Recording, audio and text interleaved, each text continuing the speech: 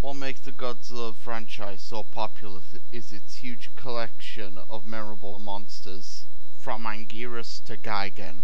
The characters even have their own individual logos. That's something that you don't see in any other sci-fi franchise. The most recent monster is the Muto from the new 2014 movie. On YouTube, I have seen people make videos where they have come up with ideas for new Godzilla movies, but I haven't seen any where people come up with ideas for new Godzilla monsters. So that's what this video is all about. I have created my own monsters who would make great rivals for Godzilla. So, away we go. Alright, so here's the first one, Behemoth. Now when you look at this guy, at first he looks like a dragon, but he is basically a giant lizard but with bat wings. If you saw the stop motion video that I made, Godzilla vs Behemoth, you may remember that I used the unread dragon figure from Dungeons and Dragons to portray this guy. Well, this is basically what he's supposed to look like. After losing his mother, he swears revenge on Targon and tries to kill him until Godzilla comes to his rescue.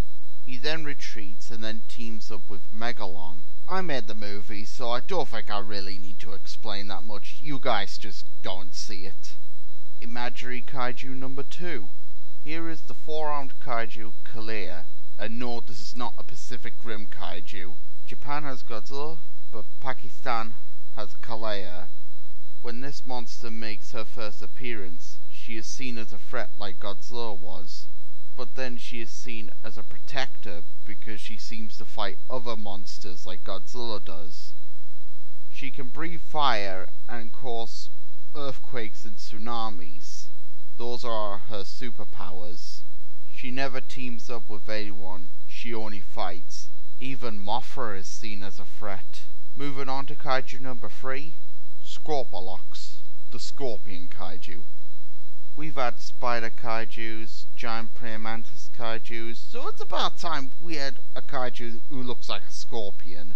Now this guy lives on Monster Island, but unfortunately he never gets along with anyone. He gets into a fight with Varan, and after defeating him, he goes off Monster Island to terrorize civilization.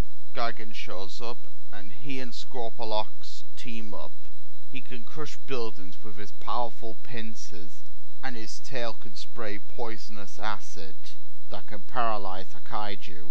He has a fight with the king of the monsters, and it looks like he is about to kill him and finish him off once and for all, but Godzilla defeats him with the atomic breath, and the giant scorpion monster is no more. Okay, now up to number 4, Humilla. Now this creature is part Godzilla and part human.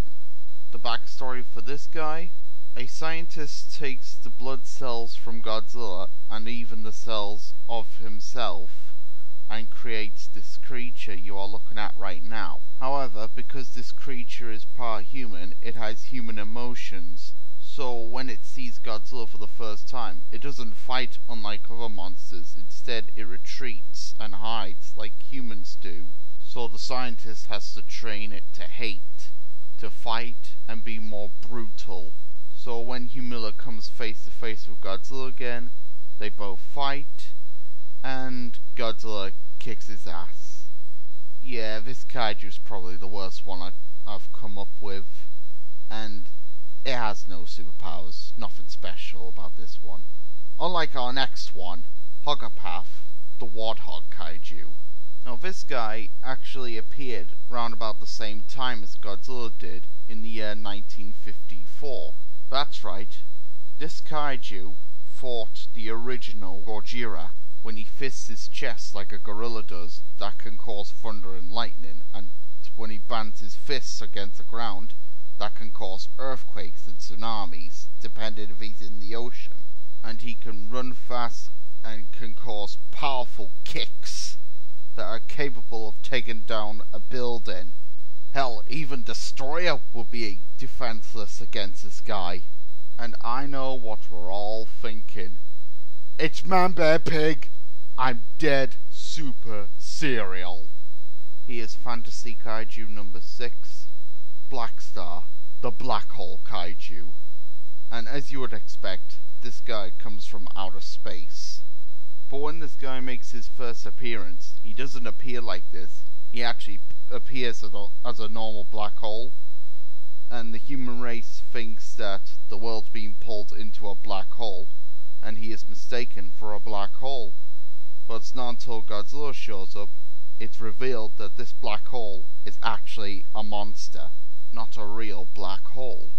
The battle between Black Star and Godzilla is long, until Godzilla finds out that this monster actually has a weakness, and that's the hook-like fingers.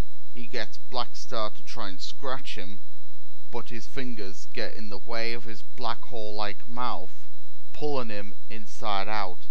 So not so indestructible now, unlike our next kaiju, Jellyfly. Just 2 more after this one, I promise. Alright, so Jellyfly is basically a giant jellyfish, but on the ocean surface, all we see of him is a huge blue jelly blob. And this blue blob of jelly is severely indestructible. You fire bombs on it, there would be no damage. But the worst part is the bottom.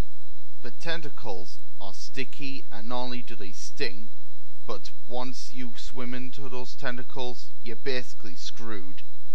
And the worst part is that pink fleshy thing in the middle. That's its mouth, so it can devour the world's biggest whale. Damn, that's aggressive. The only way this monstrosity can be killed is that if it's flipped upside down, and with the legendary atomic breath blown to bits. I couldn't think of a backstory for this guy, unlike our next kaiju, Stone Godzilla. Yes, another kaiju who resembles Godzilla, but this one is of ancient origin. Now this Godzilla was around during the time of the legendary city Atlantis, but when the mythical city was destroyed, this Godzilla was destroyed with it. But unlike the city that remains lost, the Godzilla was found. Just before Atlantis was destroyed, a curse was placed on this Godzilla. He will bring death and destruction to all those who disturb him. And that's what happens. He comes back from the dead and causes destruction. And not only is he indestructible against the military, but he has regenerative powers, so when the skull is exposed, like you can see in this picture, he can regenerate. But he has to regenerate quickly so that the skull isn't exposed for long, because that's his weak spot. All it takes is one quick blast, and this monster will explode into dust. And now for the final fantasy kaiju, Targon. Now this one I am very, very, very pleased with. I believe out of all the fantasy kaijus, this one is by far the best out of them all. He is a dragon-like crocodile with the tail of a scorpion, and his wings are identical to Gigan's, so it's a bit of a homage to Gigan, my favourite Godzilla kaiju. But they are red, not gold. The name Targon stands for Terrible, Aggressive, Ravenous, Gigantic Overlord Nemesis. Pretty much how Muto stands for Massive, Unidentified Terrestrial Organism. And of course, TARDIS stands for Time and Relative Dimension in Space. Targon can breathe fire and can cause fire tornadoes, and he can pick up any kaiju, including the big ones like King Ghidorah, and with his scorpion tail, stun them and paralyze them.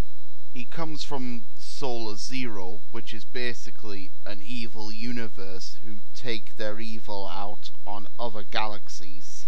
So it is no surprise, for when he comes to Earth, he brings with him the 4 apocalypse. And he does seem like the type of monster capable of wiping out entire civilizations, on not just Earth, but any world. But as long as Godzilla, Mothra, Anguirus, Rodan, and everyone else team up, then the world will be safe from this terrible lizard.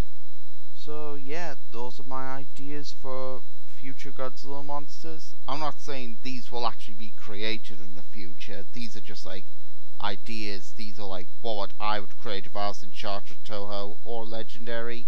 And what do you guys think? Do you think these are very original? And what are your fantasy monsters? Well, to all dudes and dudettes, peace out until next time. See ya.